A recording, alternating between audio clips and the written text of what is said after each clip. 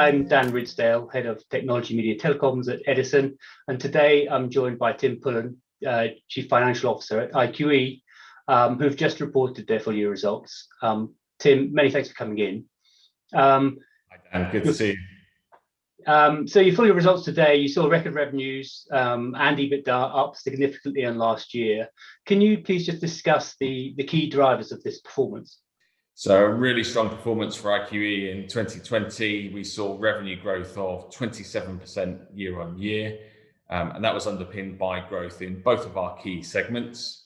Our wireless segment grew by 38% year on year, driven by 5G, in particular deployments of 5G infrastructure, in particularly the massive MIMO deployments in Asia. Also strong 5G handset penetration and an increase in content for our business within 5G phones versus the 4G equivalents. Strong growth as well in our photonics segment. So 17% growth year on year in photonics, really fueled by continued growth in 3D sensing. So there we saw content gain with the introduction of world-facing cameras in premium smartphones, also in some advanced sensing applications. So really quite diversified growth for the business. Thank you for that. And now just looking at gross margins, they stand just short of 19%, which is somewhat below some of your peers. Can you discuss what's going on there, please? IQE is the market leader in compound semiconductors, which is generally accepted as a sector which is due to grow significantly over the coming years, predominantly because of the performance gains that compound semiconductors drive at high frequency, at high power, and the ability to sense and detect light for connected devices. And ahead of this growth curve, IQE has invested significantly in our manufacturing footprint, building the mega foundry in Newport, South Wales, and also expanding our infrastructure in Massachusetts and also in Taiwan. And this broad global footprint is a huge asset to the business, but does provide a higher cost base than perhaps our single site competitors, most of which have a narrower product focus than IQE does. We have really the broadest range of both production platforms in epitaxy, but also product range in terms of material systems as well. And this gives us a really huge growth opportunity for the future. So whilst it does provide a drag on margins at lower volumes, as we capitalize on that opportunity in future years, the volumes will grow and will essentially be spreading that fixed cost base of that broad footprint over a higher wafer volume. And of course, that operational gearing will increase our gross margins and really help to drive the profitability as well as the growth of the business over the next few years. Thank you. And by the same token, you plan to buy 3 new tools for the Taiwan facility during the year. Can you talk through the market dynamics at play there that have led you to make that investment decision? And also, won't this be a continued drag on gross margins as those tools are brought up to speed? We're investing in 3 new tools for our Taiwan site, and we're also transferring 2 older tools into that site from our Pennsylvania facility as well. And that will give us significant more capacity in Taiwan, which is the center of excellence for gallium arsenide wafers for the power amplifiers for 5G handsets. As I mentioned, the growth in 5G handsets was very strong in 2020, set to accelerate further in 2021. And as that does, we see a significant growth opportunity. And really, we have the confidence to put more tools into that facility to capitalize on that opportunity. And as a highly utilized site, what that does is it further increases our economies of scale. So what that will actually do is further increase the profitability of that site. Now, we do have sites elsewhere in the group that are less utilized. So you may question, well, why are we not using those tools? And the answer really is that certain tools are specific to particular materials systems, and certain platforms are needed for different material systems. And of course, we have our customer qualification process to assure the quality on any particular tool, which does limit the flexibility to an extent, but of course gives great customer stickiness as well.